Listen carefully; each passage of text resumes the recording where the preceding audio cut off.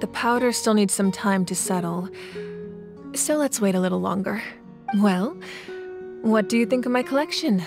Do you feel like you have a better understanding of Natlan's culture now? Yeah! If each item represents a different story, seems like Natlan's really been through a lot. Does every item hold a special memory, just like Atea's talisman? That's right. The items in my collection actually serve a similar purpose to the ancient names passed down among the tribes. They demonstrate the true shape of time. The shape of time? Most people perceive time as a linear concept, almost like a straight line that can only move forward. We cannot change the past or predict the future. But there's also a different theory, one that I believe to be closer to the truth. Namely, that the past, present, and future all exist at once. At once? Paimon's not sure she understands. Let's say your journey ended right now. Thinking back on your experience in each nation, which one would you say was the most important? Exactly. Even at the end of your journey, the things you experienced along the way don't cease to exist. They become part of who you are. Take out a portion of that journey, and you would likely make very different decisions, and eventually arrive at a very different destination. The future is the same way. It exists even though it has yet to come to pass. We just lack the means to perceive it. Of course, there are those with the power to foresee the future.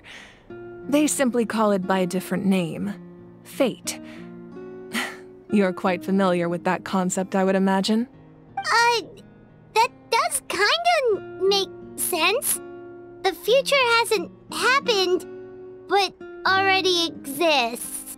Humanity excels at living in the present, but too often we forget the past and neglect the future. While the pilgrimage and the Night Warden Wars lead us to a better future. Only by uniting the people of Natlan across countless eras can we fight back against an enemy as formidable as the Abyss. To come up with such a set of rules, the first Pyro Archon must have possessed a level of insight I can only imagine. That's correct.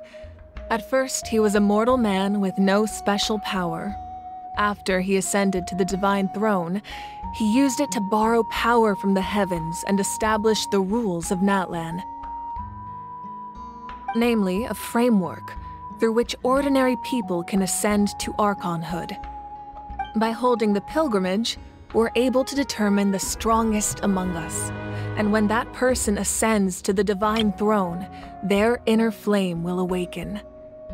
In addition, the sacred flame will grant them significant knowledge and memory of this land. After all, that's how I came to know everything I just told you. So, it all comes down to the power of the Divine Throne and the rules.